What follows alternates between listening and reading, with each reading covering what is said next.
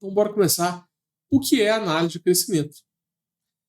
Bom, um gráfico, ele cresce quando ele estiver subindo da esquerda para a direita. Então, se você tiver uma parábola, por exemplo, vamos supor que esse ponto aqui seja, sei lá, x igual a 10. O gráfico, ele sobe até o x igual a 10. Depois do x igual a 10, ele começa a descer. Então, a análise de crescimento é você falar aonde o gráfico está subindo e onde o gráfico está descendo. Só toma muito cuidado, porque essa análise tem que ser sempre da esquerda para a direita. Se você fizer o contrário, vai dar tudo errado. Olha só, se você pegar a mesma função, mas se você olhar da esquerda, da direita para a esquerda, sim, ó, aí a função está subindo depois do 10 e está descendo antes do 10. Então toma cuidado, tá? Isso aqui está errado. Já vi muito aluno que não conseguiu passar em cálculo de primeira por causa desse pequeno detalhe. Então, análise de crescimento, você sempre vai olhar da esquerda para a direita. Essa é a principal sacada, tá? Esquerda para a direita. Pronto. Agora, como que a gente faz isso sem olhar para o gráfico? Aí vem a matéria de derivadas. A função derivada, que a gente denota com f' de x, ela indica aonde a função cresce, a função original, né? Aonde a função cresce, aonde a função decresce. Então, essa função derivada aqui indica aonde a função cresce e aonde a função decresce. Vou colocar aqui, ó, f de x cresce quando a derivada primeira for maior que zero. E ela decresce quando a derivada primeira for menor que zero. Então, para você fazer a análise de crescimento, você tem que encontrar a função derivada. Aí tem que saber as regras de derivação e tal.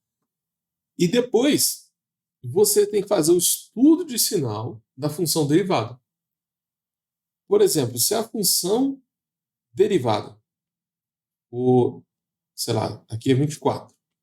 A função derivada antes do 24 é positivo, depois do 24 é negativo. Isso aqui é a função derivada, tá? O que a gente pode falar sobre a função original, sobre a função f de x? A função f de x ela cresce e depois decresce. Então, a principal maneira de você analisar o crescimento de uma função é fazer o estudo sinal da função derivada. E essa questão é clássica nas provas de cálculo, tá? Preste atenção nessa live porque ela é importante. Para você passar em cálculo de primeira, também é importante você saber aonde existe um ponto de máximo e aonde existe um ponto de mínimo. Que é exatamente quando tem uma troca de sinal na derivada primeira. Só que não vai ser o foco da live de hoje, tá? Se vocês quiserem que eu faça um tema, um vídeo mais específico sobre ponto crítico, ponto máximo, mínimo, põe aqui nos comentários. O que não é análise de crescimento. Então, vou colocar um exemplo aqui em que a gente vai fazer uma análise de concavidade da função. É bem interessante isso, porque a função ela pode crescer de duas maneiras. Perceba que a função está sempre crescente. Ela cresce o tempo todo. Mas, nesse ponto aqui, ó, ela mudou de comportamento, né?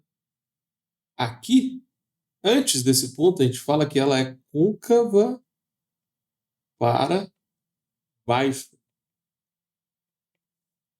E aqui, à direita, ela é côncava para cima. Isso é completamente diferente de fazer análise de crescimento, né? A função está sempre crescendo, mas a concavidade muda. Para você fazer a análise de concavidade, você tem que analisar a derivada segunda, beleza? Então você vai ter que calcular a derivada primeira, depois calcular a derivada segunda. Aí a lógica é muito parecida com essa daqui. Você vai ter que fazer o estudo sinal da derivada segunda. Então agora tem um F2 linhas aqui. A função ela vai ser côncava para cima quando a derivada segunda for positiva. E ela vai ser côncava para baixo quando a derivada segunda for negativa. Então, para você fazer a análise de concavidade, você tem que estudar o sinal da derivada segunda. E quando muda a concavidade, né, a gente chama de ponto de inflexão. Quando a gente analisa a derivada primeira, você olha para o crescimento.